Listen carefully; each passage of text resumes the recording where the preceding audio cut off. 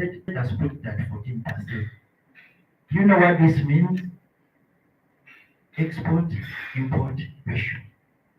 The import is spending money. You're spending money to buy the cereals, isn't it? The export is when you export, you earn, isn't it? You earn money, you earn dollars. So the export-import ratio is about what you spend vis-a-vis what you earn. Are we together? So meaning that here, since it's at 100%, East Africa as a region, for every $100 they spend on cereals, they are just earning $14. Like you have $14 that you have as your income, but you actually spend 86. Are we together? You're spending $86 or not on imports, but your income from the same product as you sell is just what? 14%. Does that make sense? Meaning that the 86, we are either borrowing or we are actually tapping in other products that we export, like cash crops and the rest. Because exports bring in money, imports take out money. So when you export more, you earn. The money you get in dollars is what you spend. Are we together? So now, there are other products like fish and fish products. You can see the export performance is better than imports. You know why? Do you know why?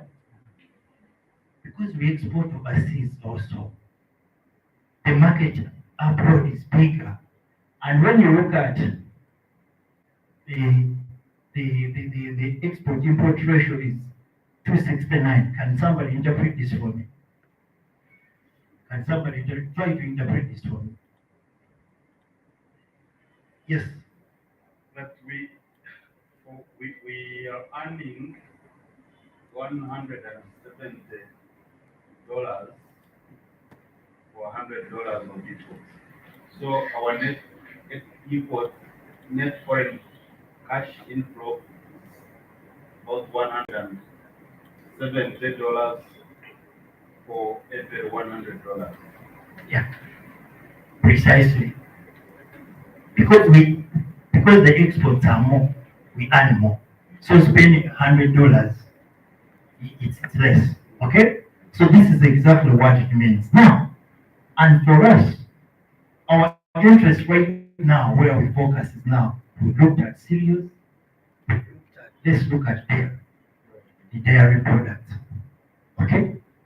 We spent 191.2 million US dollars on imports, and we spent 118.7 on exports.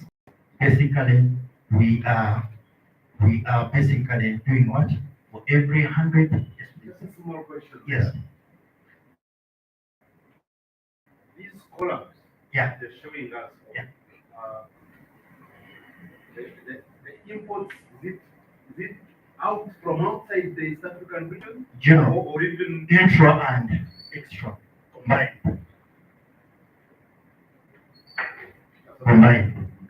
Intra and extra combined. Yes, please. Is that proper figures or just EAC? I think that's the question. This is EAC. As you can see, I've written it here. EAC imports. And these are EAC exports. Yeah. Yes, please. how is the ratio calculated there? The ratio is Percentage. in percentage. Exports are supposed to be more than imports for you to have a trade balance, isn't it? So the export-import ratio is the export figure over the import figure times 100. Yes, please. So it's EAC imports from all sources, Yes, EAC exports to all destinations. yes, for the same product. Because I am analyzing demand, I want to see how big is the demand for these products that we are talking about. Demand within the region. Yes, within the region. Because if we don't understand demand, contract farming that we are talking about, we will not understand it. We need to know how big the size the market is so that we go into contract farming to address supply side challenges. Okay? Because we see the demand is there, imports are there. You cannot import what you have. What we don't have is what we're importing. We may have some of them, but they're not sufficient. And the problem is that the weak supply chains. Okay? Are we together on this? Yes, please. Sorry, I don't understand one question. I'd like to understand about the EAC import. Is it outside the EAC that we take it? The goods that come in Outside. outside and also within. From everywhere. Total imports of EAC. Because what I know about imports of EAC, it means that we take food outside EAC. That is import. So when we talk of EAC exports, this is all total exports from the EAC to outside for this particular product. Outside EAC. Yes, Okay. because it's an export. An export is supply. You and me and you together, we supply, isn't it? Okay. So I hope, yes. Let me help you to make them understand better. Sorry to interrupt. No. That's why I say this one of mine has to be interactive, Thank you. or else we'll just sleep. We are, I don't know how many South African countries. 7. 7 now. Yeah. So Uganda exports dairy products to Southern Sudan, Kenya, maybe DRC. And the figure is 0.5. Kenya does the same, probably even some products flow back into Uganda or some other places. So what he has there is, what is the figure for Uganda's dairy exports is 100. What is for Kenya? 20. What is for South Sudan? So much. And then he adds that up together, irrespective of where each of the countries is exporting that particular product. And he's come up with that. Yeah. The same thing, Uganda may be importing maybe some cereal or edible vegetable oil from Kenya. But still, that is an import. So my import budget is added up together with that of Tanzania, Rwanda, Burundi, and then it is added up for that particular product. Yeah. That's what we have done. And the next slide will try to explain all that. Thank you, sir. Yeah. So I am glad that it's catching people's attention, and that's what I wanted. Afternoon is difficult to present. So now let us look at cereals here. I am now breaking it down. Okay? I think you're rushing. Take us a little back to the total. I saw something there. Yes. For these few selected products, Yes, what's the total? you have cereals, fish, oilseeds, meats and edible offals, dairy, vegetables, fruits, sugar, just those products. The total is 3.8 billion of imports and 2.5 billion of exports. And this is something that is now confusing my participants. The export-import ratio is 65.9%. But I'm sure you have an idea of what this means now. To me, Yes. why I ask that? Yes. For the sake of the audience, that should tell us the market cap Yes. that we need to address Yeah. as a region to fill up to 100%. Exactly. So which is a business opportunity. Yeah. That's why I call it demand analysis. Demand versus supply. Okay? All right. Maybe, Yes. I think also there's other problem, like for Kenya. Yeah.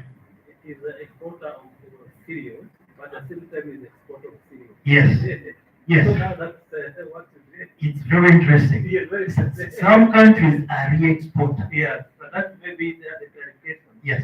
Because you find that those blue column Yeah. indicates that some of the products you are importer, but at the same time you are An an exporter. Yes, so I think that's where they put it in more clarification that some are exporting. Yes. That those products are not even produced within the country, Mm. but they transit Exactly. through the they have collection or value adding centers and they redistribute. Yes. This table, I organized it This is a very good step. in a way that if we chose to analyze the table, we'll spend the entire day here. It's not. This is all about analysis. I was about that for a pie chart for each country. Yeah, we don't have enough time. Okay, so now let's look at the series itself, broken down. We say the East African total market. These are now imports. We are looking just at the imports now. Look at the sub-code areas. This is 2.3 billion. Serious. Where you see trade balance. What is the trade balance? The trade balance is when exports are more than imports, isn't it? But when imports are more than exports, it's what? It's an imbalance that's negative, isn't it? So now, when you look at cereals, Kenya is the biggest importer. Very huge, like 50% or even more goes to Kenya. Tanzania comes in, Congo, Uganda, Rwanda, Burundi, like that. My sister from Congo. Is it starting to make sense? Malamo? Okay. It's not yet. But what I'm trying to say is, whenever you see a trade balance in negatives, it means you import more than you export. So for this particular product, no country in East Africa exports more than it imports. You've seen. Okay? But look at Tanzania. The annual growth rate in demand for the last 5 years is 106%. Tanzania. Okay? In just 1 year, 2021, 2022, 78%. Meaning that annual. This is for the last 5 years. The demand has grown by this much annually. This is what it means. So if you're targeting a country to export certain cereals or certain, cereals, you will have to consider Tanzania first because of this what? Growth rates. For the future, the prospects are here. In as much as Kenya is big, it is also in growth. We would take to Kenya because there's a sure demand, but for future prospects, we would not have to ignore Tanzania. Are we together? Okay. And where is South Sudan? There are challenges. Somebody mentioned it here. There are challenges in the food supply chains of South Sudan. These negatives is not that they don't eat, they eat. So it's either their production is so high that they don't need to import, or is the disruption in yes. Do these figures include World Food Program, WFP? Yeah, because this is the UN contract. So it's a collection of all those. I rely on it so much. I know it's credible. So there is an issue here. So if you're thinking of targeting now, exporting cereals, Sudan, you need to think twice. This is why I'm saying this is more a demand analysis. Okay? So here you pick interest. Why